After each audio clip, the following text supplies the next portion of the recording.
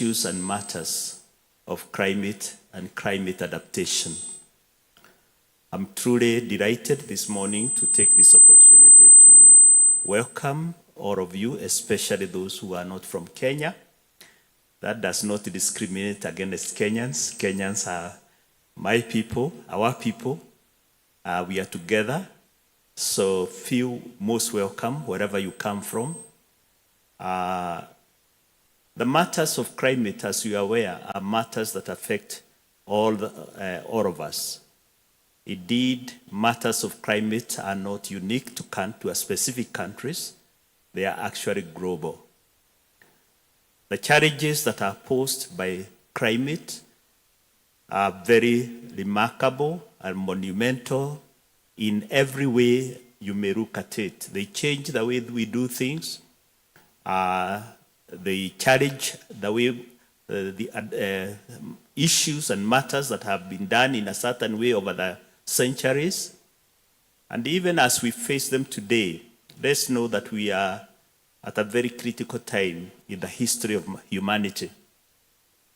When I think about it every day, I think that humanity requires to be much more proactive in terms of dealing with matters of climate change. The first time that we started hearing matters of climate change, at least from where I sit, is maybe about 2 decades ago. And they have been gaining momentum over the years. And yet we do have also challenges to this because of interpretation of whether humanity is responsible for this change or whether it's natural. But from where I sit, it doesn't matter whether it's natural or whether it is man-made. Irrespective of what you see it or your interpretation, I think we do have a duty and a responsibility to do something about it. Many years ago, when I was in school, I went to visit an uncle who lived in a very dry area of Kiambu district. And there were no trees at all in that area. They had cut trees, all the bushes were down. But the then MP for the area, Member of Parliament for the area, took it upon himself to encourage the population or that community to plant trees. And I can tell you, in only a space of about 30 or 40 years, the whole area has become completely different. They have a new ecosystem that is now very different from what I saw when I was young. That means we can do something, even in our local situation. We can do something. That area today is one of the suppliers for green vegetables and that stuff to the city of Nairobi. And yet, 40, 50 years ago, it was very dry. It was only red dust you could see whirling around in the weed. So we can do something. And I'm very happy that today is Adaptation Day. The theme of today is about adaptation. We can adapt to the situation, irrespective of wherever the problem came from. Ladies and gentlemen, I don't want to take much of your time because it's not my day to talk. Mine was just to make a few remarks and welcome you to this auspicious convention and to ask you to be proactive in your debate. Don't hide your ideas. If you have good ideas, if you have good thoughts about what you want to do to adopt to these changes, then feel free. Your ideas will matter. Indeed, as they said, your dream is valid. Ladies and gentlemen, I want to now commit the next moments into the other discussions. And I would invite the MC to welcome the other speakers. Thank you very much and good day.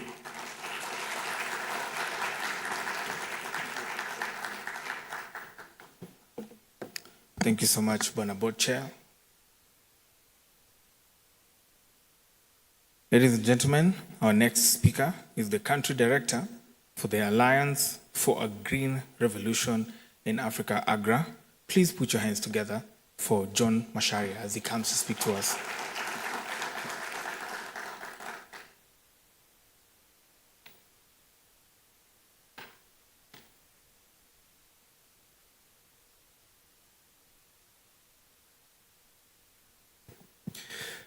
Good morning.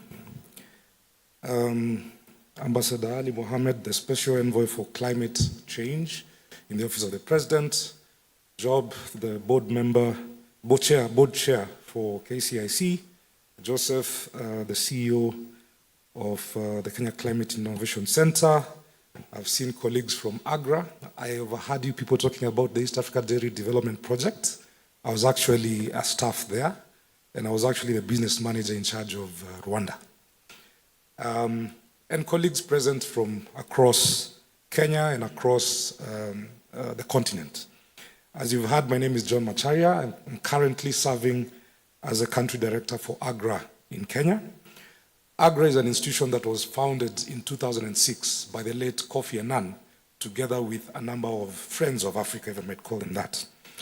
And at the time, if you remember, Ethiopia just come from a drought, and if you remember the song, We Are the World, right? It was sung because of drought. And perhaps in my own youth, that is the first time I got to know that there is something called drought, and severe drought for that matter. And in response to that, Kofi Annan and colleagues established AGRA with the main mandate of driving a food and nutrition transformation across Africa.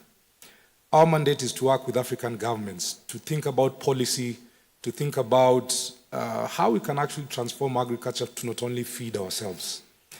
We have worked in issues to do with agricultural markets, seed systems, fertilizer systems, and agricultural finance systems.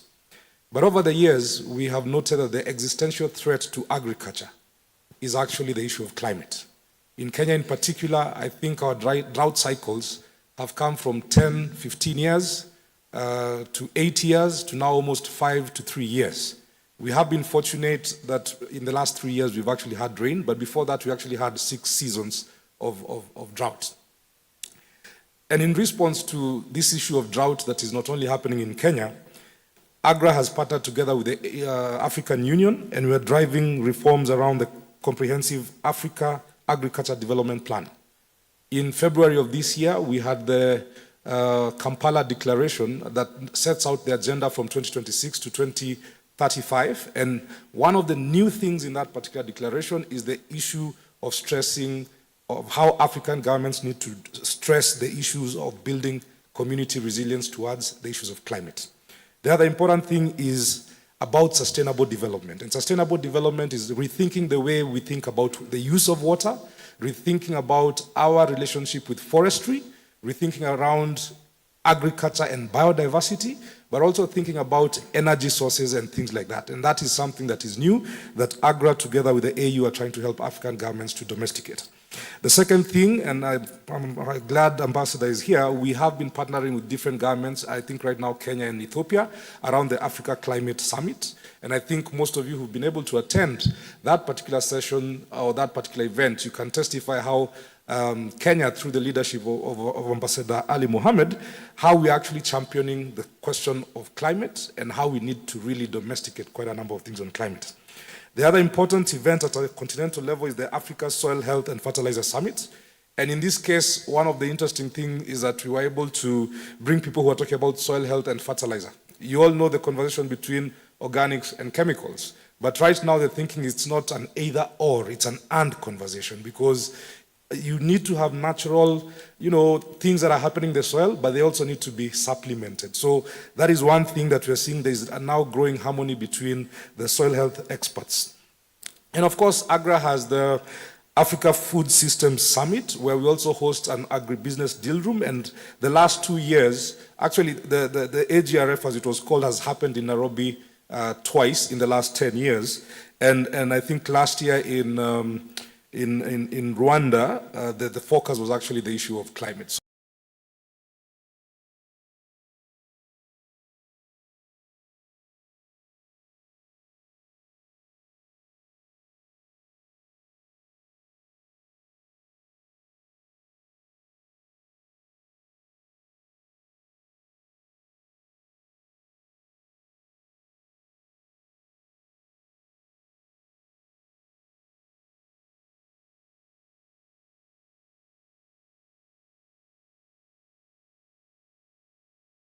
A risk share facility to develop financial products for climate that are green. And we are trying to work with about 3,500 SMEs that are working on the green space. And this particular fund is to give them liquidity, either through CapEx or through working capital, to make sure that people actually have products that they can actually buy that can help them mitigate around climate. I believe this year or last year we had the green taxonomy already established. So that is already beginning to provide a retinue of products and services that can actually be funded. And this is about a $132 million credit facility. Through the government of Finland, we have the Green Fund for Youth Employment, and this is about an $8 million investment to try and impact on 7,000 youth SMEs that are dealing on issues to do with climate. So, like my friend Murabula says, we're not trying to, driving entrepreneurship. I think we're trying to really drive financing with the entrepreneurs that are already on the table. We're just closing down on a project called the Strengthening Regenerative Agriculture in Makueni, and this was funded by the IKEA Foundation.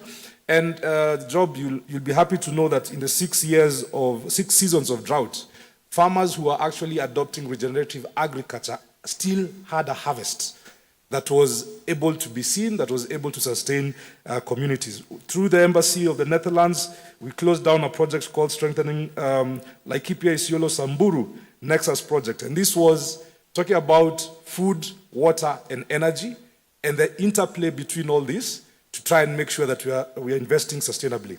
And to my last 2 points, talking about entrepreneurship, I think it's vital that we continue to innovate around the different products that can create this space. I think early this week we saw NCBA is beginning to think about not land as collateral, but music copyright as collateral for loans. What would collateral for climate need to look like, such that you can go to banks and say, this is green. Can you consider this as new forms of collateral so that you can unlock capital for businesses? And the last thing to say here, I think outside of the governance conversation of the nation, the second most important conversation is around climate. So I'm happy that this conference is taking place. But the third most important conversation is about youth. And it's youth intentionality. And it's not about pointing fingers. It's you as a leader taking the initiative and saying, this is also my problem. Because where I sit, the age of a Kenyan farmer is 64.5 years. The median age of all Kenyans is 19.8 years. If you think about 2030, the SDGs, if you think about Africa 2063, which is the AU, and ask the question who will be feeding Kenya, it's certainly not the 64-year-old person. It needs to be the 19-year-old. But how are we intentionally providing the youth with productive assets to begin to bear the burden of feeding this nation? All the studies we've done with the youth around agriculture, the existential risk is climate. And they're not thinking about agriculture in the traditional way. For them, it's agribusiness. And even as we think about mitigating climate or adapting to climate, what does that mean for the youth who are in this room, who are in Kenya, and who are in the continent? And I would love that we also take that angle of youth and agribusiness in climate. What does that look like? Thank you very much.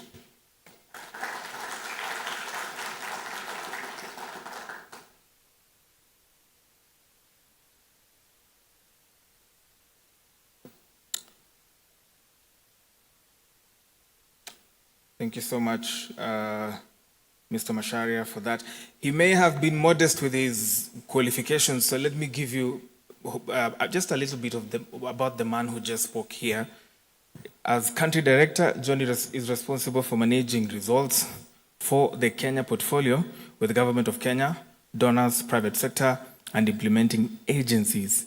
He previously worked as lead program officer for Kenya, Uganda, and Rwanda, still under AGRA. And so you get the wealth of knowledge, experience, and expertise that he carries. But just to double click on some of his points, I have been fortunate enough to moderate events of such nature in Lagos, Nigeria, with the African Union, and in Kampala, Uganda, particularly KADEP, which is where the Kampala Declaration came from, and it was like a stock taking for post-Malabo Declaration. And ladies and gentlemen, reporting on that also, we found out that there's a lot that still hasn't been achieved over the 10 years that the post-Malabo Declaration was set. And part of it is also goodwill. And from a finance point of view, because I'm a business reporter, Ambassador Ali, this is a message we need you to take to the government for goodwill, is that part of the commitment in post-Malabo Declaration was that African governments are supposed to commit at least 10% of their annual budgets towards agriculture. And in this case now, with the realities of our time right now, is that we have to commit that also in smart agriculture, because our food import bill is really huge. And we have the largest arable land globally in Africa, sub-Saharan Africa. Now, please, if anyone here is from AU, working with the African Union, taught me that you do not mention or say things like the sub-Saharan Africa. Africa is just Africa. So those are some of the commitments that were not honored in the last report. Please push a little more to His Excellency and the executive so that we commit at least 10% of that 4.2 trillion national budget towards agriculture and by extension smart agriculture. Lastly, on financing, as John Macharia was speaking here, I caught the cue once again. We were in Lagos, still with the African Union, trying to strike deal rooms around livestock and livestock systems development. And the question of collateral came up a lot, and even yesterday we had a chat about it here with the panel that the ladies were hosting here. The current financial models do not support agriculture as it is. You cannot use the same metrics to judge creditworthiness of a real estate farm. The same metrics are applied on the farmer. Do you get the mismatch? And so part of the suggestions in those panels were the same way we have real estate banks, the same way we have infrastructure banks dedicated to those particular sectors. Can we also create such for agriculture, for climate, and the like? That is food for thought that we can take home from here. If there are rapporteurs, perhaps that is information we could share on. But I am happy that the financial institutions are adapting fast enough to be able to accommodate some of these things. I mean, you've just cited the NCBA with that, so it's a beautiful thing.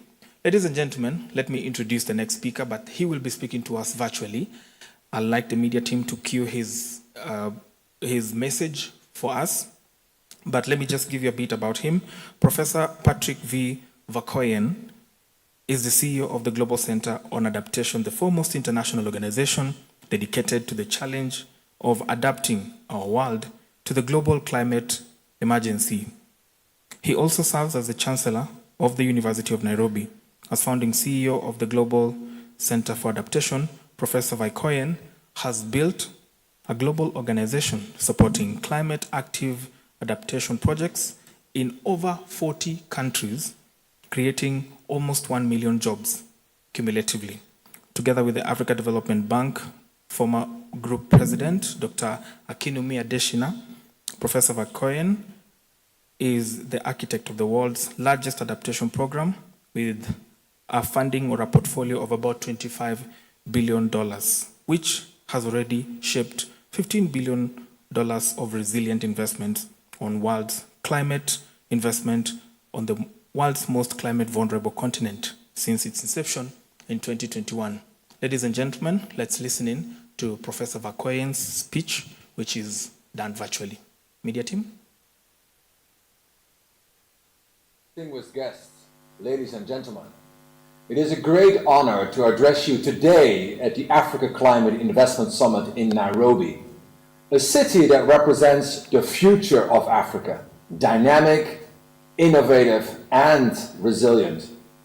And the theme of this summit, Catalyzing Climate Entrepreneurship, captures what this moment demands. Because, colleagues, across Africa, our young innovators are not waiting for permission. They are inventing the future, building enterprises that tackle floods, droughts, and food insecurity with ingenuity and determination. Yet, despite this promise, the hard truth remains.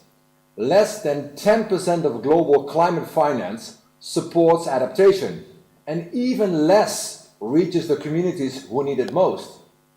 Africa itself needs at least $70 billion every year to adapt, to build resilient infrastructure, protect food systems, and safeguard livelihoods. Current flows fall far short, and this is not a failure of ambition, it's a failure of delivery. We know what is needed. Governments must create enabling policies.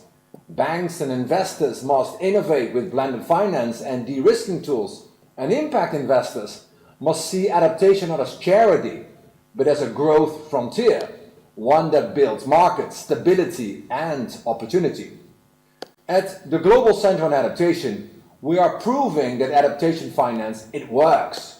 Why? Because through the Africa Adaptation Acceleration Program, or AAAP, we're helping financial institutions across the continent rewire capital flows, turning adaptation from a cost into a value proposition.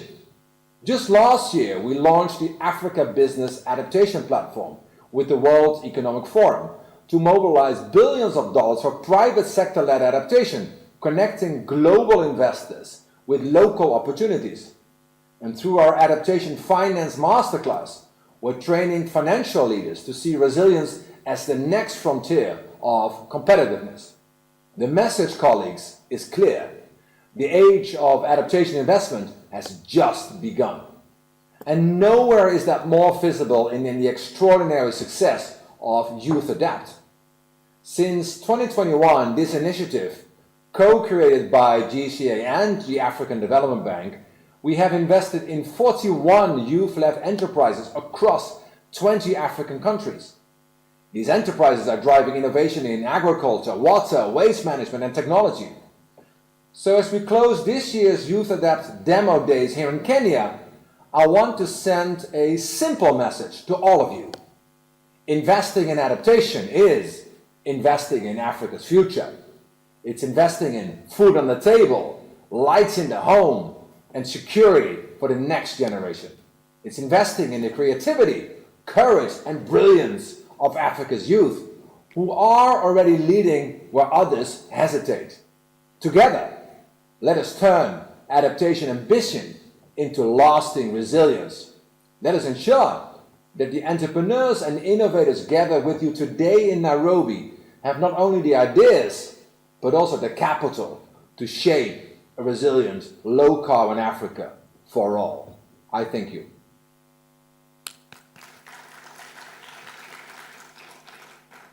Thank you so much, Professor Vakoyen.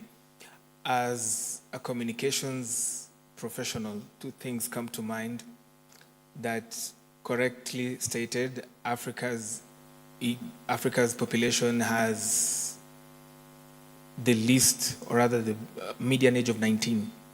And so this inclusion thing is normally a very beautiful conversation when it's being said here in panels and in conferences, but I hope we actually do it for real. And the other thing also for me is that we help as much as possible to decode the climate conversation from an elitist point of view now to break it down to everyone else within the African continent, because we still understand there are nuances like illiteracy or the diversity that Africa experiences. I mean, Kenya, we are how many languages? About 44, right?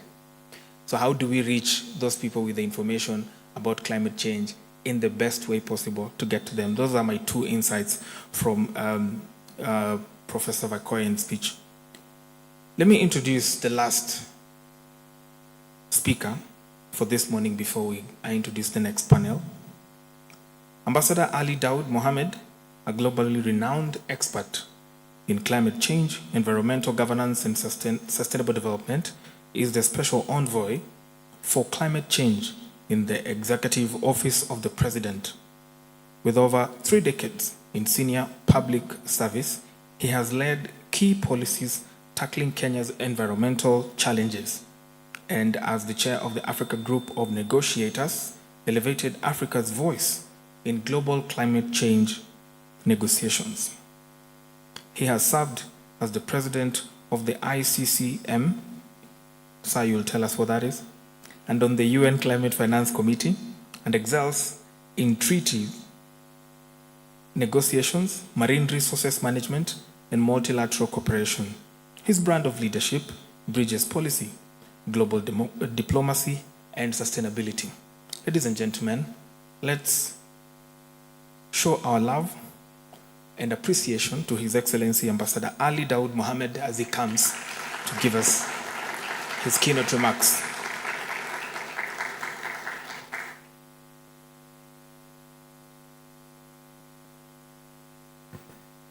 Good morning. Chairman Job, my friend Joseph, Macharia, and all distinguished delegates and participants. I will not tell you what ICCM means. I will allow you to go and find out what it means because it was you who was explaining it, but I will leave that to you. I am very delighted to be here with all of you on this very important meeting of Africa Climate Investment Summit. I was supposed to be here yesterday for the opening session, but I could not because of, as you will know, competing demands. As we approach the end of the year and as we approach the dates for the next conference of parties on climate change, there are a flurry of activities, meetings, conferences, and so on. You know, this thing called virtual meetings has made life even more difficult because there's so many demands on all of us. So I was attending an equally important 2-day high-level meeting addressing similar topic to the one that Joseph, you brought here. It was about investment, and it's about unlocking finance and investment for institutional clean cooking in Africa.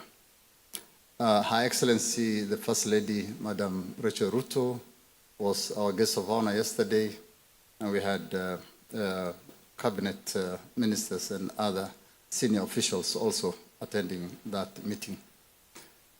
We brought together, as I believe also here, the full range of clean cooking ecosystem, philanthropies, DFIs, that's development finance institutions, local commercial banks, impact investors, a number of regional, national, and international NGOs, carbon project developers and buyers, and blended finance experts. And I believe this room is also full of similar ecosystem. Because addressing the interlocking challenges of climate, nature, and development cannot be done by public sector alone. It requires all hands on deck. It requires all sectors to work together. It requires the public sector, it requires the private sector, and it requires, of course, multilateral entities as well. And I'm very glad to see a number of institutions and organizations supporting this conference here. I'm informed that yesterday the conference focused on the broad issue of macro-financial landscape of climate. As global temperatures continues to rise, even beyond the 1.5 degrees Celsius that we had agreed 10 years ago in Paris, the world, of course, faces very urgent investment needs to build resilience, which is adaptation, and to meet the goals of climate. a very high-level team called the the Independent High-Level Expert Group on Climate Finance, who have started working on, putting together varied information about what is required for climate finance. I've given the estimates that climate investments needed, particularly for the emerging markets and developing economies, excluding China, is up to $2.4 trillion by 2030 and $3.3 trillion by 2035. Huge amount, isn't it? Yet investments, whether climate investments or other foreign direct investments, continue to elude Africa. According to the Africa Development Bank, our continent just receives barely 3% of the global climate finance. And the UN Conference on Trade and Development, UNCTAD, report shows that last year in 2024, the total foreign direct investment inflows into Africa was just $97 billion, representing 6% of the global foreign direct investment flows. Yesterday, at the other conference that I mentioned, I also referenced a report by the International Energy Agency, IEA, in Paris, which confirms that Africa remains the only region in the world where the number of people without access to clean cooking continues to increase. We are now about 1 billion Africans who don't have access to clean cooking, with all the devastations and negative impacts on health and economy and so forth. And whilst the other parts of the world is trying to address and reduce that number, in our continent, that number, unfortunately, continues to increase because of lack of investment. And we risk falling further behind if no action is taken and accelerated. The same trend also obtains in the wider energy sector. Here too, as the world accelerates, the continent of Africa, which is home to 60% of the world's best solar potential, the continent with the abundant critical mineral resources, and the growing workforce, as we just had, the age. What is true for Kenya is true for the rest of the continent. It's just about 19 years average age.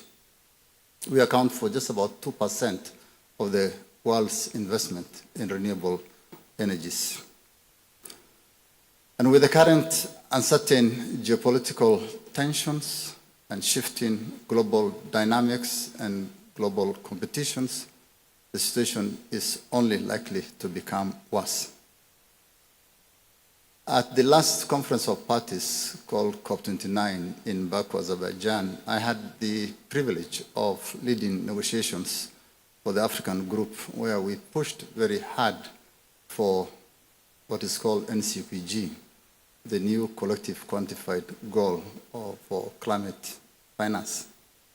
And as I'm sure you all are aware, after haggling for over 2 weeks, we succeeded achieving the 300 billion by 2035.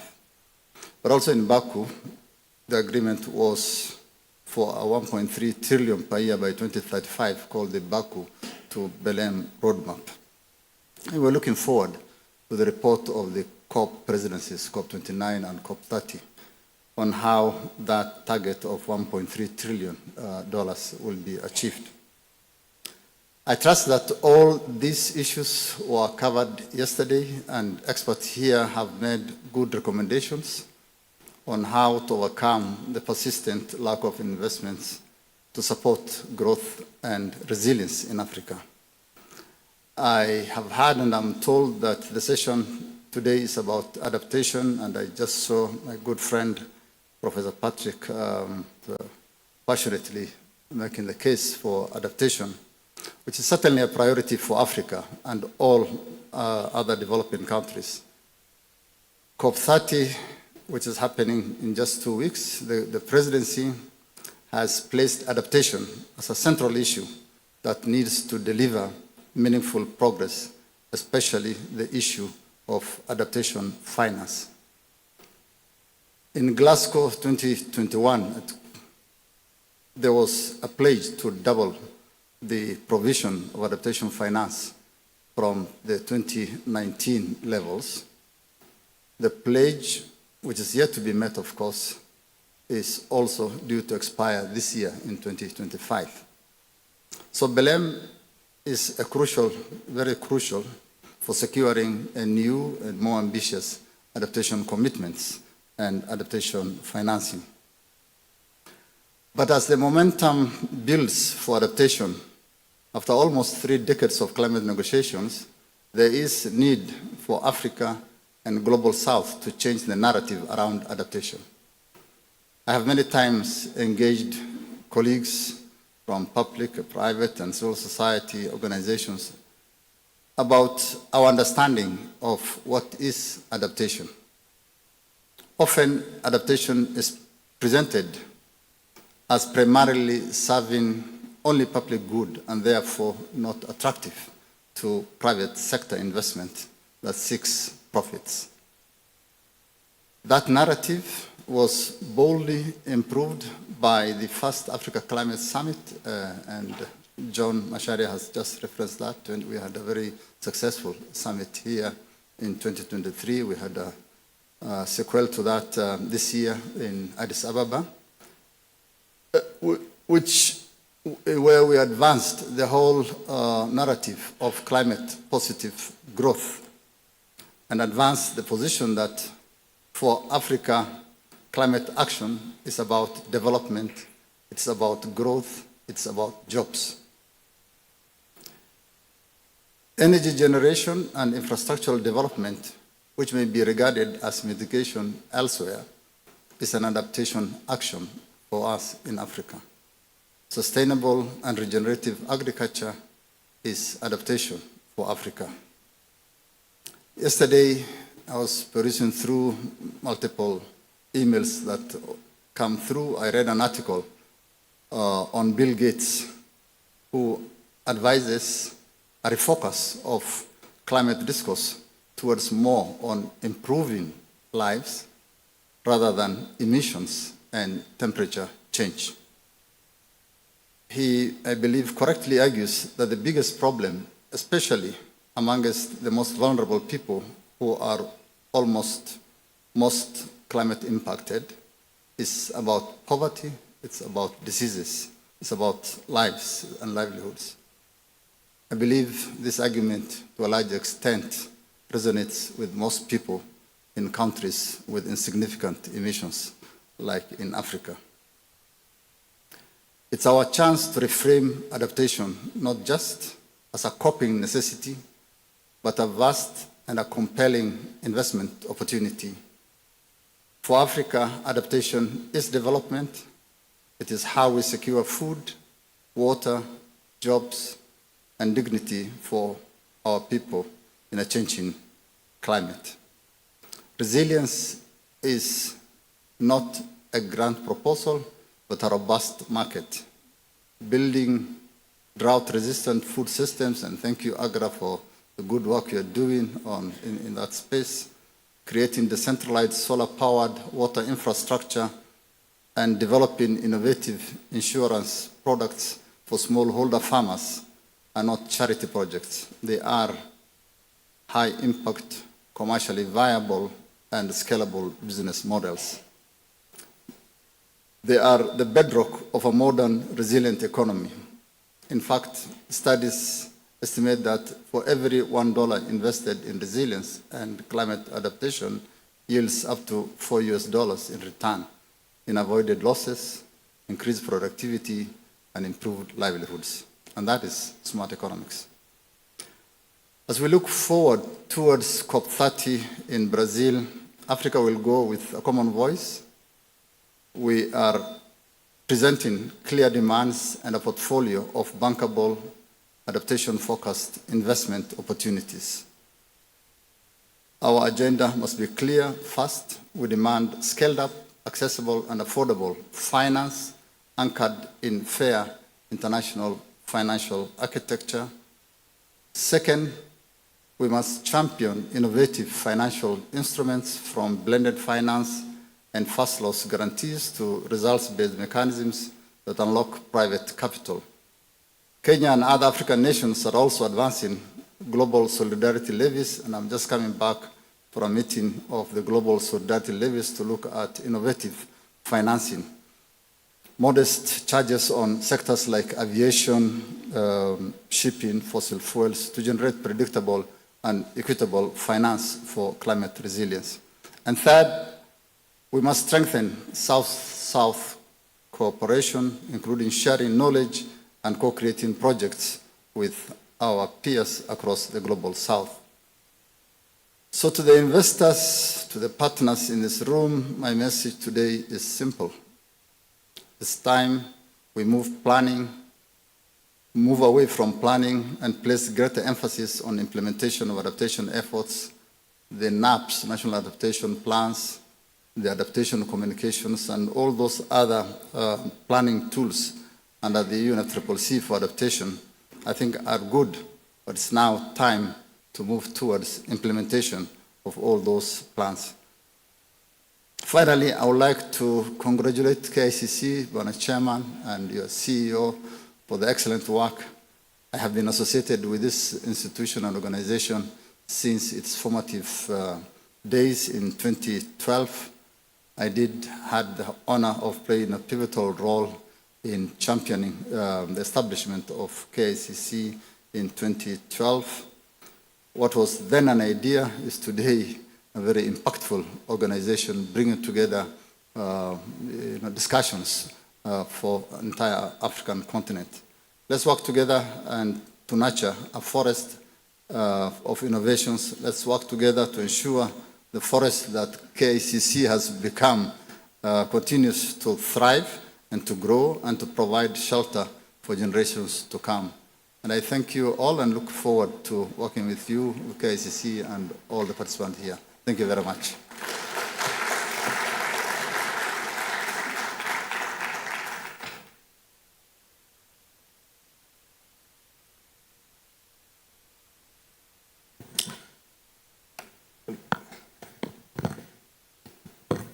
Ambassador, ama wacha tu KCIC. So, so you're still in the room. So think of this as a flight. We're about to board one flight here, and I have my boarding pass. How many of you have their boarding pass? Very nice. So remember to carry it on the next flight. Sawa. And even on the flight tomorrow. It's very important.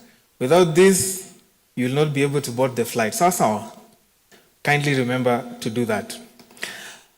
Without much ado, ladies and gentlemen, we are about 14 or 15 minutes or so. Let me just confirm. To be exact, 15 minutes into the next, the time for the next panel. So allow me to invite the panel that will be speaking on enabling adaptation, investment, markets for agriculture and food systems in Africa. And this panel would be chaired by Hans Muzora, who is a senior finance specialist at the Global Center of Adaptation. He will be moving the motion briefly before he calls his panelists, who will constitute Kala Legros, Mugwe Manga, Faith Mumo, and Harold Mate. Please be on standby. Your chair will be leading you shortly. This panel will take about an hour or so. Chair, take over.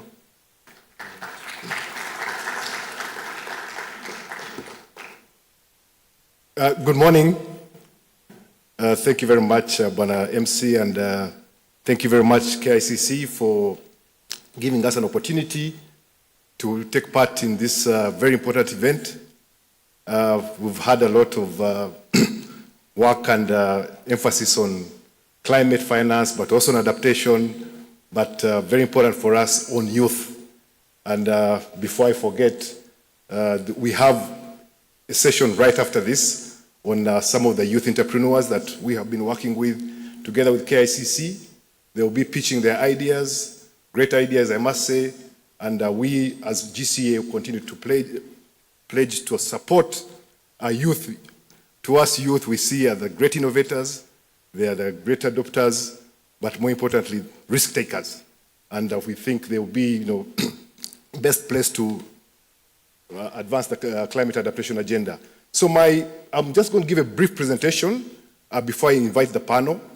Really, it's to say why adaptation finance, why the private sector, working with the private sector to scale adaptation finance, and how is GCA doing that. You heard from my CEO president on GCA, so I'll not talk much about what GCA does, although I'll talk a little bit about that in the other slides. But I think very important for us, I'm just making sure, is it, okay.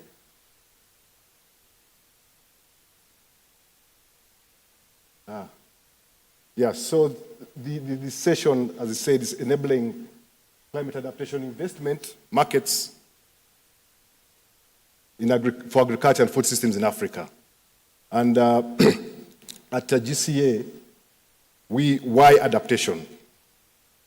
We've had both yesterday and today the impacts of climate change, how this is impacting, farmers worldwide, youth worldwide, women. So we are trying to look at it from an inclusive point of view. And we think adaptation finance is a very good way of addressing inclusive financing. So quick statistics here. Sub-African 50 million smallholder farmers produce 80%. And those 50 million smallholder farmers, over 70% are youth. Then you're looking at reduction in production by 34%, but also a threat to food security. Again, all this as a result of climate change, and therefore a need to scale adaptation financing. Most of the adaptation financing, from many of the reports and also from what we've been hearing in most of the sessions, has been coming from the public sector. But we also know there are now competing priorities. We're growing a population, more needs for government to spend on other priorities has led to us thinking, to be more innovative and saying, how do we attract more financing from the private sector? So why private sector? It's because of, one, the enormous need for adaptation finance, which cannot be supplied by the public sector alone, but also looking at a number of our countries are having issues with high debt levels, so we cannot continue relying on the public sector finance adaptation. Adaptation finance has to be scaled up significantly. So we think the only way to do that is working with the private sector. Not to say the public sector won't do that, but we'll also continue working with having those public-private partnerships to get to our targets. Looking at right now, 14.8 billion, only 25% is going to agriculture, forest, and other land use. We need to scale that up. Looking at the ratio of international domestic finance for adaptation, 98:2. 98% coming from the public sector, and only 2% coming from the private sector. Something has to be done. And at GCA, working with different partners, we are looking at how do we scale that up, as I'll be showing in the next slides. But first of all, like I said, there's been this myth, private sector, adaptation financing should come from the public sector. However, there are enormous opportunities for the private sector to invest in adaptation. There are lots of opportunities for the private sector, both financiers, service providers, and just a few of these areas include improved seeds that we heard about earlier on, post-harvest technologies, on-farm training, extension advisory services, then the digital information, what we would call digital climate advisory services, as well as water management, solar-powered irrigation systems, and solar pumps. Again, these are some of the ideas we are seeing already being advanced by some of our youth finalists. But these, again, the challenge has been the financing. Because of that perception, the perceived, risk of investing in adaptation. So we need to come up with innovative solutions, de-risking mechanisms. Ambassador was talking about, first loss and other blended finance instruments to unlock financing from financial institutions to lend to these innovative enterprises that are looking to address this adaptation problem. I said the private sector includes a crucial role in financing climate service technologies, but the challenge, again, like I said, has been, if you look at 98% coming from the public sector and 2% from the private sector, how are they going to get the financing? So at GCA, that's something we are addressing. I'll not talk much.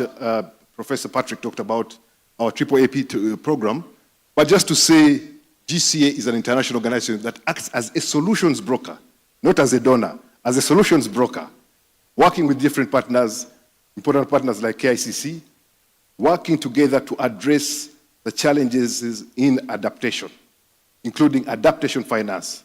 And I always emphasize that so that, we know the difference, because sometimes people are asking, are you a donor? No, we're a solutions broker working with, partners to work together to scale solutions to addressing issues of adaptation. And we are guided by what we call the AAAP, or the Africa Adaptation Acceleration Program.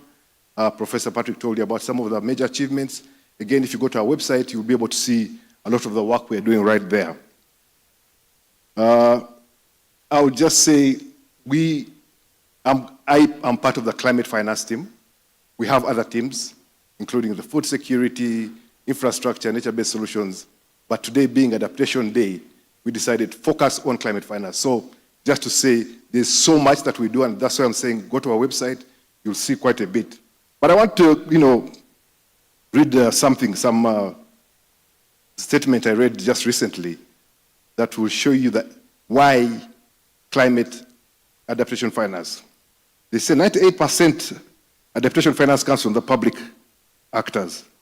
Based on the recent Standard Chartered Bank survey of 150 global investors, asset managers, and bankers, financial firms have allocated just 0.4% of their capital to adaptation projects in emerging markets and developing economies.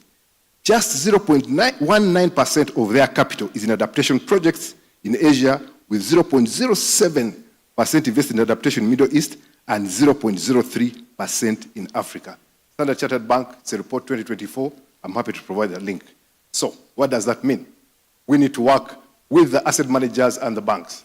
And at GCA, we came up and said, okay, we need to scale up investment, attract that financing from the private sector. Who is the private sector? If you look at private sector, all these solutions we're talking about, looking at the adaptation solutions, there are a number of private sectors that can finance this, including insurance firms, including corporates, all these big companies you look at, Cargill or whoever, the Olams, they're working with the farmers, providing them with financing, value chain financing. We are looking at various actors, but who primarily has the financing? And that's why after doing a mapping, GCA comes up and says, let's work with commercial banks. Very important reasons why with commercial banks. They know the local context, they have the local currency, they have the, they are able to influence government to allocate more financing in that sector, but also address the enabling environment. So not to say we're not working with other private sector partners, but at GCA we started, our focus is on domestic commercial banks. And we have what we call a three reinforcing levers to work with these banks to, one, rewire the flow of existing capital towards adaptation solutions. What do we mean by that? Banks already have money. They have their liquidity, my money, your money. We deposit our money with these banks. They are lending it to other sectors. But how do we get the banks rewire that money to adaptation projects? So we are supporting banks, and we realize, one, banks will need quite a bit of information, data, and evidence. Telling banks, oh, lending to adaptation is not good enough. They need the data, they need the statistics, they need the capacity building. So by doing that, we are providing them with products like, for example, climate hazard maps. In Nakuru County, this is what it's like. This is what the future will look like. So what we call climate hazard maps for a bank to be able to tell, okay, this is what the future will be looking like, and therefore this is the kind of climate risk management or climate risk assessments we need to do to make better lending decisions. So that's area number one, while working with banks to rewire the existing flow from their own balance sheets. This is the money you have, this is how you can put it into climate adaptation. We're already seeing, even in Kenya, and other countries in East Africa, the central banking regulations are coming and saying, banks, you need to now disclose what they're calling climate risk disclosures. How much of your portfolio is exposed to risks? What kind of risks? How are we managing those risks? At GCA, we are supporting banks, working with them on climate risk assessments, but also stress testing. Working with a few banks and then scaling this up later to other banks. But for banks to understand, even just their staff, capacity building of their staff, to understand what adaptation financing is. Through our masterclass that you had Professor Patrick talk about, we've got a masterclass on adaptation finance, developed together by GCA and the Frankfurt School of Management, together also with the European Bank of Reconstruction and Development, that we have started. We pilot tested this with a number of banks. We did it here in Nairobi, Kenya, got great feedback, and now we're rolling it out to a number of banks that they have found a very useful tool. This is, of course, for sustainability. We have passed this on to, for example, central banks or training academies to administer this to banks. Quickly, then de-risking and mobilizing new adaptation capital. So again, supporting proposal development for banks, those that need it to, for example, access funding from funds like the Global Climate Fund.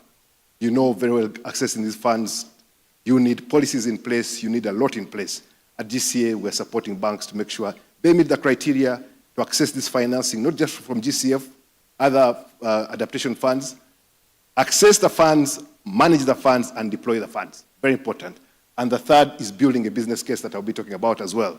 Because again, telling a bank, this is an adaptation solution. And the bank has this perception that still it's risky. Can you tell me what is the market size of this adaptation solution? What is the return on investment? Those are the two key things. Unlocking the full potential of adaptation and resilience will really rely on two crucial factors. First is the robust, reliable data and in-house frameworks. And the second is adoption of science-based standards that can guide lending. We are partnering with the CGIAR. This is a scientific body with an impact analyzer to be able to come up with these products that banks can look at. But very important, again, that I'll talk to in my following slide, is that market analysis for the banks to say, this is a solution, this is the market size, this is the addressable market size, this is the return on investment, for them to make better lending decisions. And of course, all this has to be guided by enabling environment. So we've got, Professor Patrick talked about the African Business Adaptation Platform. Again, that's on our website.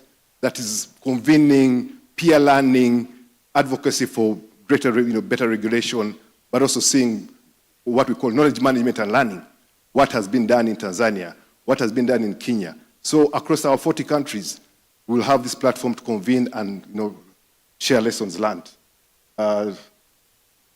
Quickly, this is the study I was talking about. So GCA has conducted a market analysis on in the agriculture and food sector for 4 countries: Kenya, Tanzania, Zambia, and DRC. For purposes of this meet, I'll talk of the agriculture market study. We're also doing a market study in the energy sectors, infrastructure, and manufacturing. But for here, I'm talking about, we have done a market analysis to demonstrate the business case of investing in adaptation solutions.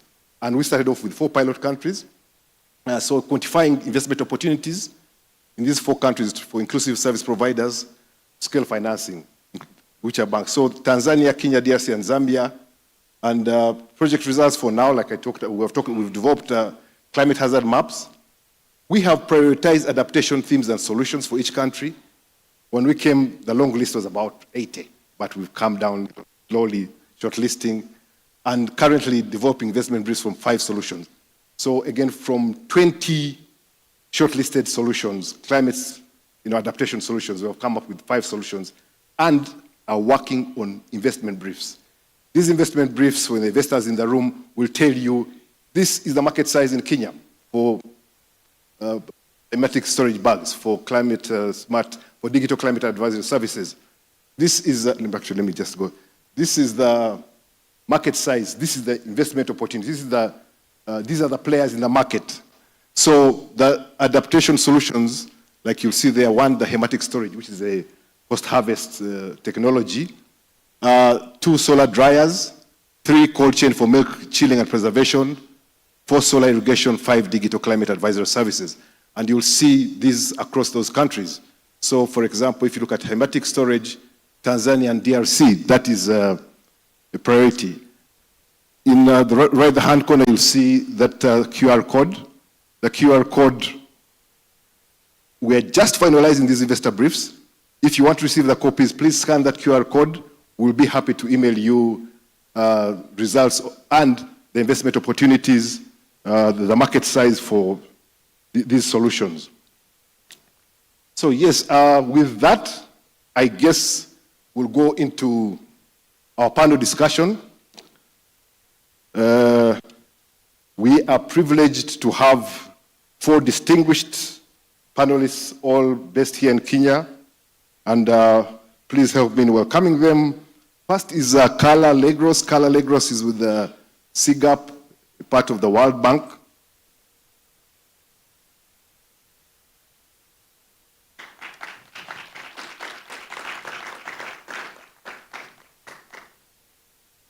So Carla is a strategic and product leader working at the intersection of agriculture and climate finance in East Africa. She has worked on both the demand and supply sides of agri-finance and oversaw the design and implementation of a multi-million-dollar blended finance initiative for banks and financial institutions across East and Southern Africa, now called ASELI. Now with the SIGAP at the World Bank and formerly with Dolberg Advisors, Carla also brings a lens on institutional behavior change and the incentives that drive lending decisions. She is based here in Nairobi. Our other panelist is Harold Mate. Harold Mate from Equity Foundation. Equity Foundation Group, Equity Group Foundation. Harold Mate is an experienced development expert with over 19 years of experience leading transformative initiatives across sub-Saharan Africa. His work spans food systems, market systems development, private sector engagement, agri-SME development, and smart climate agriculture.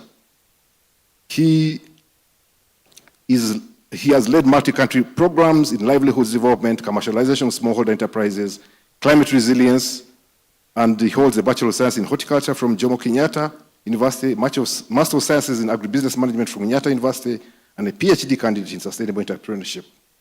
Welcome, Harold Mate. Next is, and this one is very dear to us, and I'll tell you why. Faith Mumo Timona. Faith Mumo Timona is the founder and CEO of Iviani Farm, a youth-led social enterprise based in Kenya that builds commercially viable climate-smart solutions for smallholder farmers in arid and semi-arid lands. Faith holds a Bachelor of Science in Fisheries and Aquaculture from Jomo Kenyatta University, Intensive Agriculture Certificate. She combines technical agriculture expertise with practical business leadership to scale on-farm processing, fish production, and farmer training. Under her leadership, Iviani Farm has grown into a center of excellence that delivers hands-on farm education, pilots low water and circular aquaculture technologies, operates an accredited hatchery, and deploys a mobile factory on wheels. A lot. Why did I say she's special to us? And when I was looking for panelists, talking to in-country representatives, people I knew in my previous work, she was recommended. Just yesterday, I found out she was one of our finalists on our Youth Adapt. So it's no surprise, and welcome, Faith. Lastly, we have Mungwe Manga. Mungwe Manga with the FSD Kenya. Mungwe Manga is a seasoned green finance expert with over 15 years experience in renewable energy and enterprises.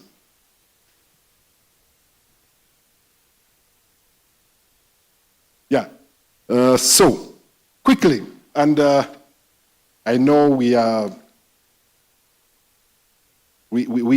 running a bit late, but we'll try and be fast. And I think maybe let's start by a general question for all our panelists. All our panelists, starting with Faith. What impacts of climate change have you seen affecting your work or your clients?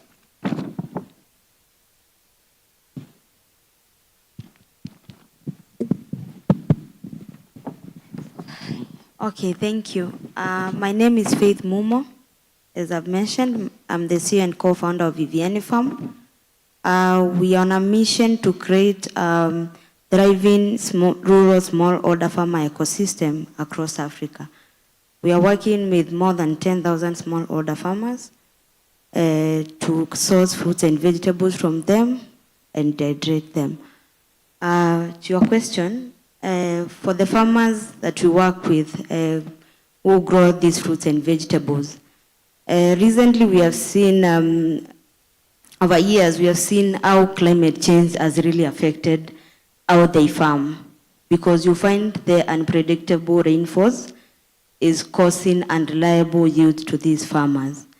And also, as well as the heat waves, the increase in heat waves, it's causing most of these, you see fruits mature or spoil very fast when we have heat, like a lot of heat. So they are getting many post-harvest losses because of these increased heat waves.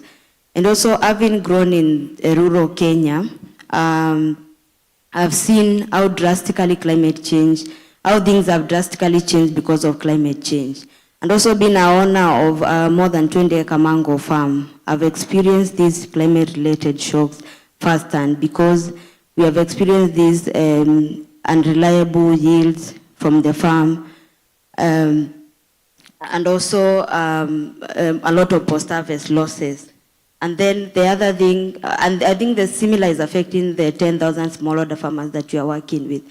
And also the other thing is the change in pattern, like weather patterns, has increased pests and diseases, which attack these crops and diseases. And you find that even the traditional methods which were used earlier on, they are not right now effective as it was earlier. Yeah, thank you. Thank you. Harold.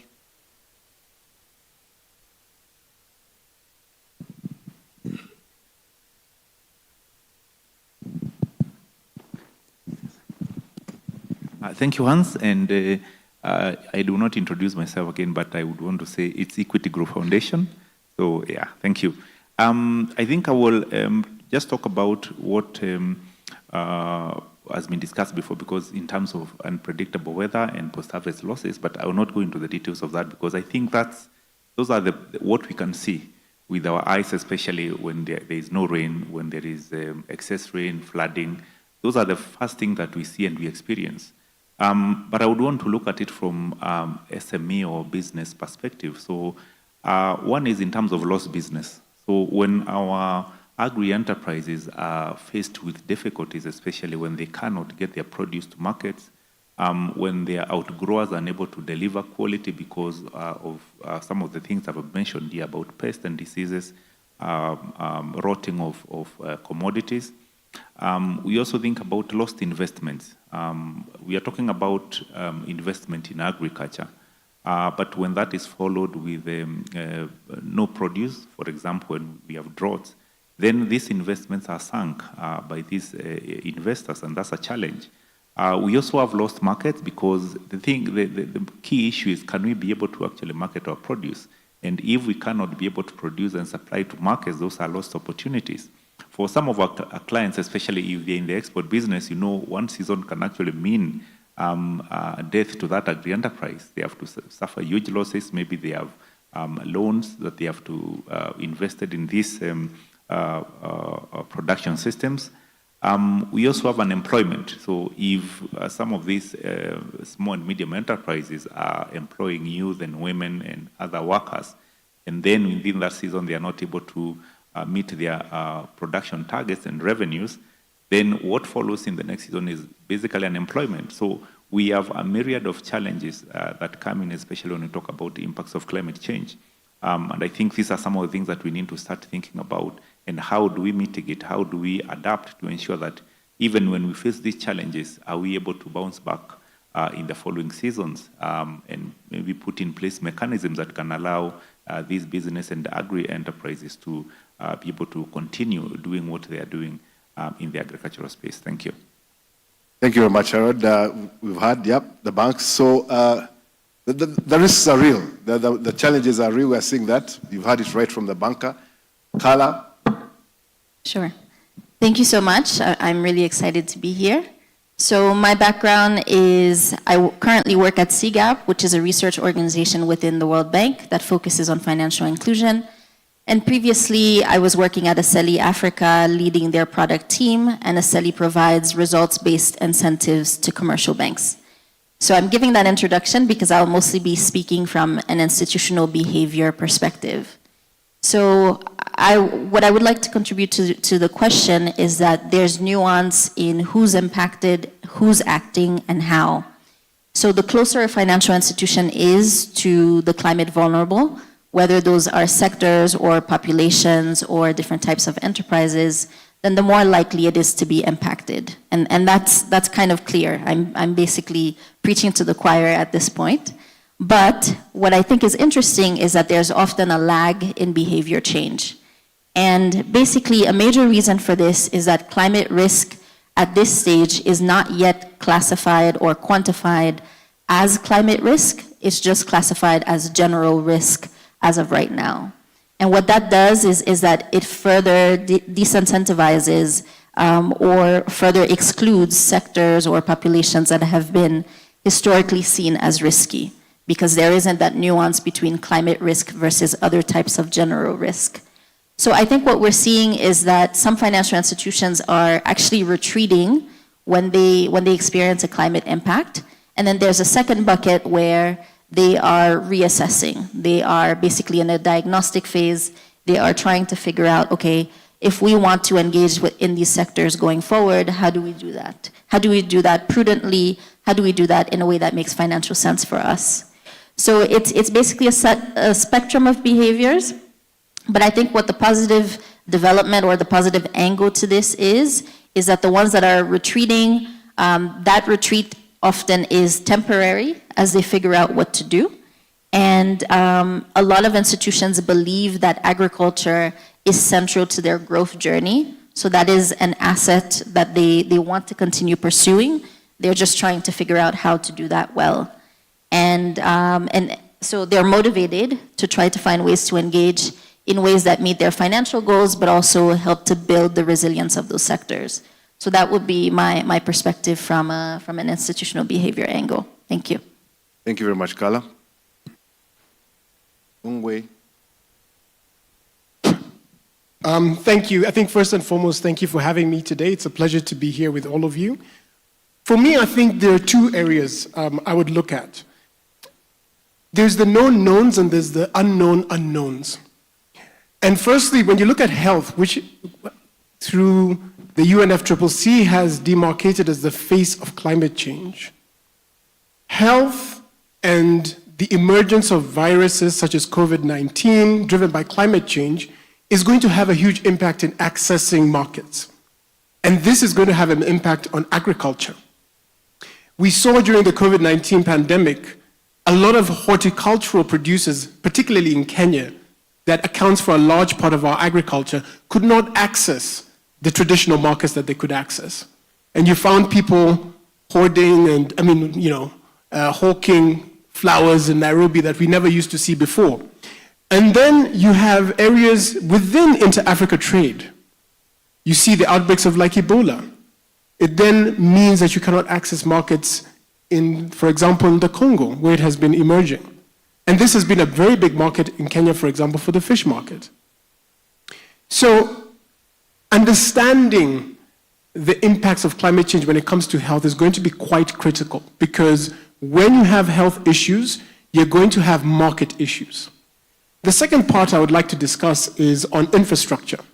We know that climatic conditions have impacts on infrastructure, and it's very good to see GCA and through the AAAP program, how they're trying to assist governments in thinking through climate resilient infrastructure. Because we've seen in the past countries that are always undergoing tremendous amounts of stress when it comes to climate change, like Mozambique, critical infrastructure gets washed away.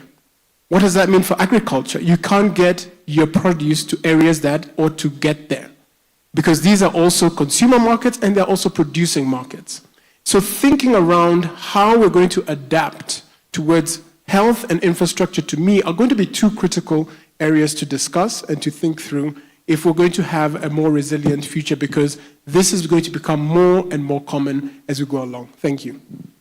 Thank you very much, Mungwe. And since you still have the microphone, well, each one has their own microphone, but you saw my presentation, so I talked about some of what we call commercially viable solutions, adaptation solutions, and one of those that I mentioned was the Digital Climate Advisory Services. I know FSD has done some work around that area. In your experience, what do you think of this solution being commercially viable or being adopted by financial institutions? Data is going to be critical in this whole process, and I really commend GCA's work in this. I think we're headed in the right direction. At FSD, we do see data being a very big driver in coming up with solutions, because without having the data analytics, it's going to be very difficult to come up with the right innovations and the right solutions for the markets. Now, the question is, who is going to take the leap forward in doing this? And this is where organizations like GCA and FSD come in to say, we are willing to assist the markets as a think and do tank to take the first steps towards actually actualizing strong data processes, thinking through how we're going to do the data analytics, and working with partners. IGAD, the data center for IGAD, is working very well. They have extremely exceptional data when it comes to weather forecasting. GCA is also doing the same, and I think creating an ecosystem of like-minded partners, especially at a time when ODA, Overseas Development Assistance, is declining, is going to be critical in making sure that we do reach the mission and the goals that we ought to when it comes to creating data analytics and the right frameworks. So yes, number one, it is absolutely critical. Number two, it's going to take partnerships. And thirdly, the data has to be localized, and it needs to reside within the continent. Why do I say that? A very good example is in the AIDS sector, HIV/AIDS. One of the major areas that many people don't realize that the pullout of USAID created was not so much even financial, it was a lack of data. They went with a lot of data, disaggregated data, when it came to HIV and AIDS. So many governments, particularly in Southern Africa, were not able to disseminate the right policies because that data was no longer available. So ensuring that this data is going to be locally resided, is open access, and is going to enable the market system to change in the right formation is going to be absolutely crucial. Thank you very much. I know I have my colleagues in the room, so you're validating, and we are getting feedback, and definitely we'll incorporate that feedback. Thank you very much. Carla, I know you talked about institutional change, but maybe if you could, I know you worked with firms like Aseli and others. Could you tell us what types of financial products or instruments have proven most effective for adaptation investments? Thank you. So before I answer that question, I'll go on a side tangent. I think before we talk about products, we need to talk about definitions. And when it comes to adaptation, that definition can be quite broad. And I'll try to illustrate this with an example. So you have to start by understanding what is the climate outlook for a particular country. So a country like Kenya, where drought is much more prevalent, will be quite different than a country like Tanzania, which has some of the highest numbers of water bodies in the world and therefore more risk to flooding. And so once you understand that climate outlook for the country, you can then figure out, well, what does it mean to adapt to that climate outlook? And then from there, that's when the investments will come up. So once you understand what does it mean to adapt, then okay, therefore, what types of investments enable that adaptation? And then from there, talking about products. So it's kind of a 3 or 4 step process.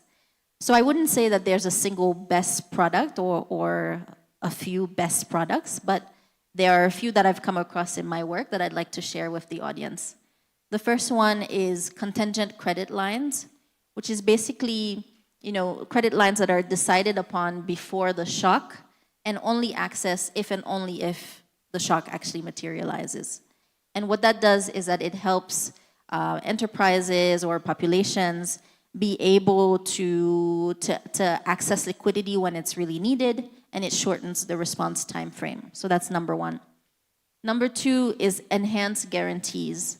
When I've spoken to banks across the region, and if you're trying to get them to lend to, let's say, dry and semi-arid areas, they will tell you, I want to do this. Let's say the agribusiness team will say, I want to do this, but I need the buy-in of my credit and treasury team to do so.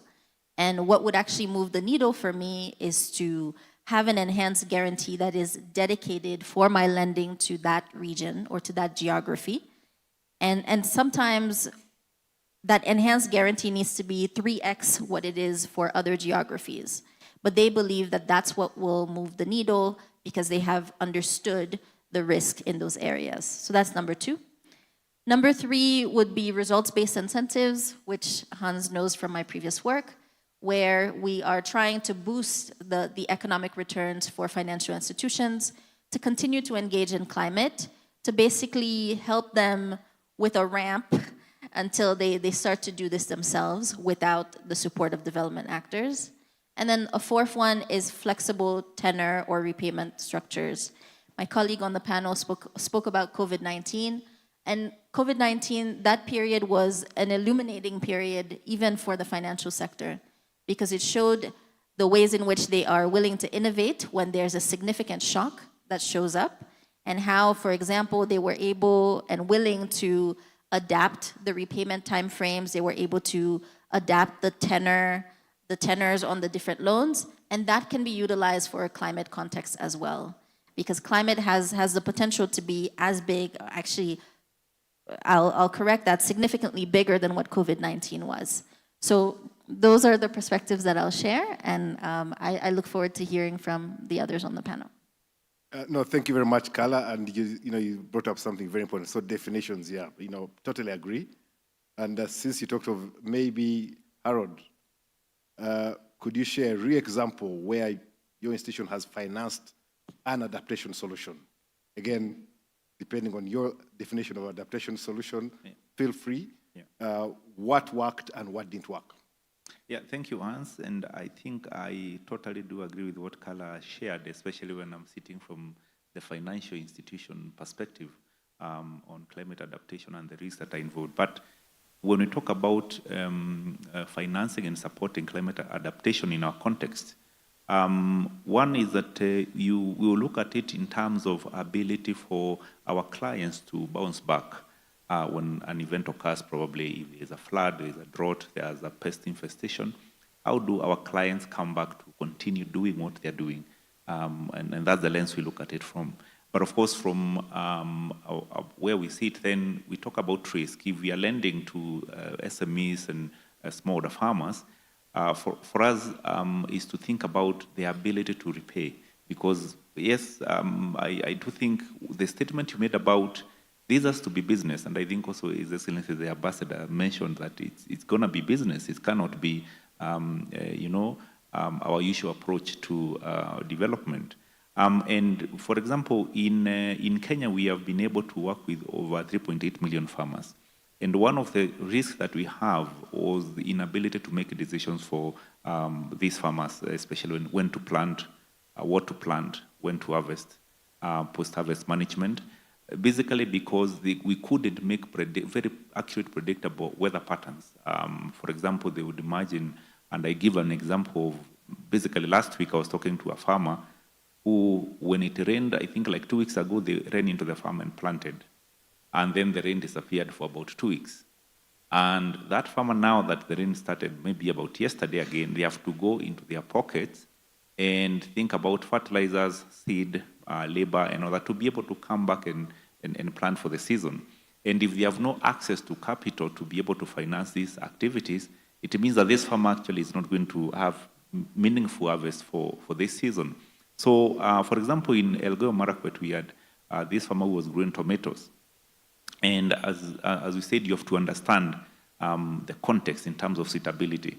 And when we do our capacity development work at the foundation, we have to look at viability of what the farmer is doing. So one of the recommendations we did was to say, we do think that pawpaw would actually be a better take for you as a farmer, is profitable, the weather and the environment here is suitable, and we're able to finance and link you to financiers who can be able to help you get into this kind of farming. And we were able to do that, and now the farmer is saying, it doesn't think you'll go back to tomato. Not that tomato is a bad crop, no. I know tomato has quite some not very good name in Kenya. If you ask farmers, they will tell you very different stories, but we are saying you need to adapt yourself to what works for you in this context. Even in terms of dairy, we are farmers who have been able to grow their herds from as little as 3 cows to about 35, and we have to work in terms of capacity development, them understanding what it means to be financed to buy these cows, what are the right equipments do you need to have, the kind of technical knowledge, so that you can get results. And for now, they have doing about 10,000 liters a month from about 1,000. So you have to think about the many facets, and there is no silver bullet to this. You have to look at each region specifically, even in Kenya itself. Kala talked about East Africa, Tanzania, Kenya, Uganda. They are all very different contexts. Even for farmers themselves and value chains, they also present very different risks and issues that need to be dealt with in a very specific way. So because of time, I'll give those 2 examples. For tomato to pawpaw, profitable, growing of the herd to from about 3 to 35, but also the farmer now seeing what it means to run that enterprise in the context of climate change and being trying to adapt to the new emerging issues. Thank you. No, thank you very much, Harold. And to the point, adaptation finance is already going on. You can see equity already. So there's been this perception that financing agriculture is risky. Even adaptation financing is more risky. But we can see just from his talk, they're already financing adaptation. So how do we scale that? And that's what we are looking at from the GCA point of view. How do we address the issues that he talks about so that they can increase their adaptation financing? Thank you, Harold. Faith, can you share a real example where your organization, Vienna Farms, received finance for an adaptation solution? What worked and what didn't? Okay, thank you. 4 years ago, after being a victim of post-harvest losses for years, we received a blended finance, which enables us to install a village industrial power machine, which is a machine that uses bio-waste or organic farm waste to create 3-phase electricity and steam, which we use to dry fruits and vegetables for smallholder farmers. So this financing helped us to develop climate shocked faster, to respond to climate shocks faster, because we were able to provide ready market for the farmers right at the farm, and also we were able to create a center for training for farmers for them to adapt to sustainable farming climate, even amidst of climate change. What worked is that the technology gave us a reliable source of electricity, and also we were able to provide market for the farmers, create jobs and create decent jobs for youth and women at the local community. And what didn't work is that the loan was 3-year loan, and we quickly realized that we needed a bit longer to repay the loan, given the venture that we were getting to it was greatly affected by climate-related shocks. Thank you. Thank you very much, Faith. And, when we talk of financing, I always hear people talk of loans. Grants are also financing. And at GCA, as you may have heard, we are supporting GCA, and I think Agra MD talked about it, but GCA is supporting youth with grant funding. So far, we have done 4.1 million USD for 41 youth-led enterprises, and they have unlocked over 8.1 million collectively. And today, as I said before, during our Youth Adapt session, we'll be hearing youth enterprises that will be pitching to a jury as well as investors in the room, that will be also providing grants in our next round. So it's it's good to know you're already receiving loans, but also maybe grants for other, areas. Most important for me is to manage even the loans. So just giving loans to enterprises that may not be able to manage this financing can be a problem. That said, Faith, and again, maybe this question goes to you. Can you speak to the importance of capacity building and training for end users, that is farmers, but also enterprises? How is this support critical for enabling uptake of adaptation solutions and repayment of loans that you just talked about? Thank you. Okay, thank you. I believe that adaptation starts with knowledge, because you can't adapt or practice what you don't know. So when we started this venture 4 years ago, we contracted farmers and we gave them inputs on credit. But as soon we realized that they were not able to repay the inputs because of the low yields and not so good quality that they produced given the climate-related shocks. So this called for, like, farmers needed to be trained more on regenerative agriculture methods, which was going to lead them on sustainable ways on how to be able to produce more quality and quantity produce using the technology and also adaptation, like innovations which are currently available. Yeah. So in terms of capacity building, it's not optional. It's a mandatory venture that we have to get into for adaptation to take place. Yeah. No, thank you very much. Totally agree with you on that. Harold, how do you currently view agricultural adaptation in Africa? Is it primarily to reduce and manage climate risks to your operations as the Equity Group Foundation, or do you see this as a strategic investment opportunity? Thank you, Hans. Allow me to actually backtrack a bit and weigh in on my panelist, what she has said.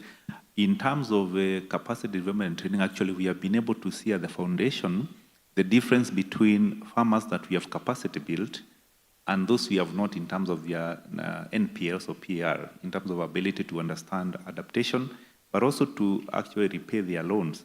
And of course, they're only able to repay if they're able to generate revenue, profits, and be able to pay. So that's really a critical point to that.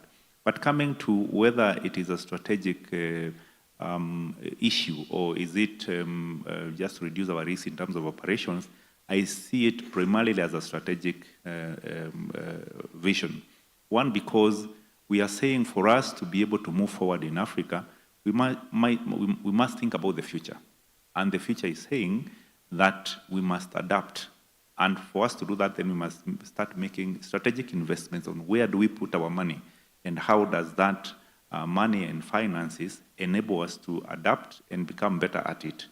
Of course, for every institution to be sustainable, you have to also think about your operational risk, and I think the issue of credit risk was mentioned, because you can imagine if you just lend out there and you're not able to recover your money, then there is no money for tomorrow. So for me, I look at it as two-way, but primarily is a strategic issue. If we have to survive the next few decades, we must be strategic in terms of where we're investing, and for me, that is really a big issue. And also, probably you did mention about grants, and I think just to talk about grants as a short-term strategy to just enable and de-risk, but in the long game is to ensure that we are able to mobilize private capital, and that basically comes through financial institutions. So, yeah, thank you. Agreed. Thank you very much. Carla, how can financial institutions design financial products that reflect the realities of African smallholder farmer cash flows and climate vulnerabilities? You've just had Harold talking about, they don't want their NPLs, they have to make sure, the farmers understand and able to pay those loans. So maybe based on your experience, if you could talk a little bit about that. Thank you. So I will largely echo his points because there are genuine challenges on both sides. So for financial institutions, the loans that smallholder farmers would be seeking to access are small, and the costs to actually make these loans and to monitor them over time tend to outweigh, the revenue that would come from these loans. And at the same time, a lot of the smallholder farmers or smaller enterprises, or even the medium-sized ones, need quite a bit of technical assistance, capacity building, and these are added costs for financial institutions. So at the same time, even when financial institutions do this, sometimes there are some missed opportunities or some errors in the design. So as we heard earlier, for example, the loan tenors might not match the production cycles, or the repayment schedules don't take into account delayed harvests because of the systemic risk that agriculture faces. From conversations with financial institutions, the ones that seem to be doing this well tend to be quite well equipped with data. And what I find interesting is that the data tends to look in different ways. It looks differently across the board. So they have deep knowledge about the value chains that they engage in through the loan officers, or they have quantitative data that they're tracking over time. But I know from experience that a lot of that data actually lives in PDFs and lives in people's brains. But basically, engaging with smallholder farmers requires a high degree of capacity within the financial institutions. And often it might seem like these initiatives are not bankable, which is where actors such as ourselves can come in and help to de-risk these additional activities that the financial institutions have to take on for lending to smallholders to make sense. I'll stop there. Thanks. Thank you very much, Carla. Mongwe, at FSD, what market signals or evidence have convinced you or not that adaptation solutions in African agri-food systems can be commercially viable? You know, I think for us, we look at this in one simple way. And it's the principles of the 3 Ps, which is number 1, prosperity, number 2, people, and the 3rd, planet. And the challenge that we are seeing in the market is also a communication challenge, because when we speak of adaptation, mitigation, we lose people. And climate change is as much human as it is technical. And we need not forget that. And so being able to communicate that whatever you do, yes, you may have an ESG framework, but do not forget that everything that you do must go centered down to people, planet, and prosperity.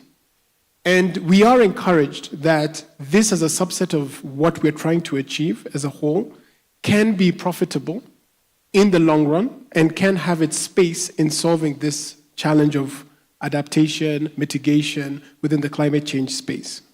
So, one, it's about creating a narrative that is simple, that is easily grasped by the people, because this is going to be very much driven by human beings. And then the second is being able to have the goodwill and the courage to seek innovations and products and solutions. Oops, sorry. I think that is telling me to stop. So I will leave it there and hand it back over to you. Thank you. No, thank you very much. And yeah, like I think, I don't know whether that's something telling us to, there was that intimidating screen showing us that, we had run out of time. So as we wrap up, a question for all of us here, all panelists, and thank you very much for your insights.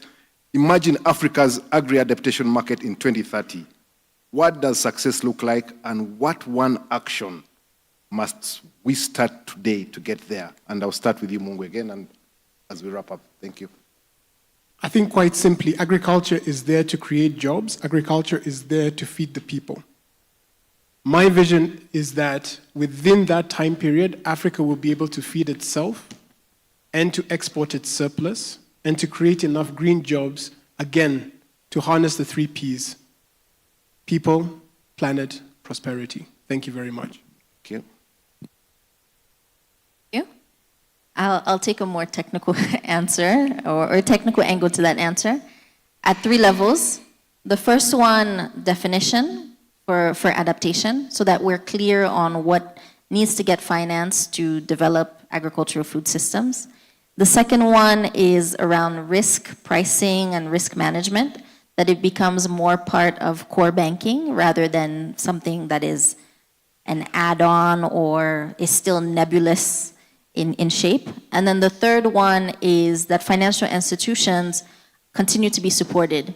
2030 is just 5 years from now, so there's likely going to need to continue to be a high level of support as financial institutions become much more involved in that space, and I'd like to see that continue. Thank you. Thank you. For me, I think I will just say one thing, that the only constant thing is change. And even the climatic issues that we are dealing with today, we are not guaranteed that they are not going to change to something else in the future. One thing I think is we need to adopt scientific methods to be able to at least understand what is going to happen in the next few years. And with that, then be able to provide sustainable solutions so that our response time is shortened. Because if you're not able to respond as quickly, and I think what Mungo was saying in terms of response to COVID really was a big lesson, that the faster you're able to respond, the better the outcomes and the impact of what you're going to do. So when we are able to put in place mechanisms that can allow us to respond fast, for me, I think that is what I would think success is about, because we are going to have these changes as we continue, and we are not guaranteed that something new is not going to crop up. Thank you. Yeah, agreed. Thank you. For me, by 2030, I imagine an Africa where smallholder farmers are thriving even amidst climate-related shocks. And one of the call to action is acceleration to finance, accessible financing to village-based value addition factories, because they can easily respond faster to climate-related shocks. Thank you. Thank you very much, our distinguished panelists. Bwana MC, I've kept my promise, 11:15, dedication and efficiency. Yeah, and we're going to take a photo shoot.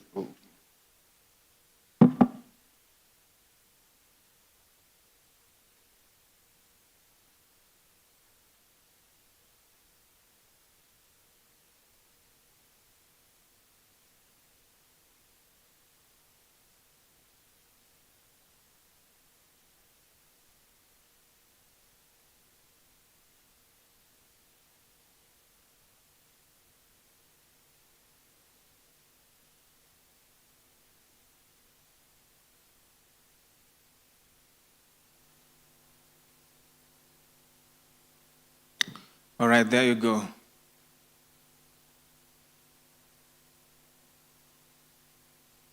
That photo can be used as collateral for financing. I promise you, you can. Promise you. Go and give it out to the Equity Bank guys. They're going to give you a facility. I was like, yeah, I know Mr. Murabula. He was in my picture. Can't you see? Just sign off the loan, disburse to this account. Chap. Yeah? Thank you. Another round of applause, ladies and gentlemen.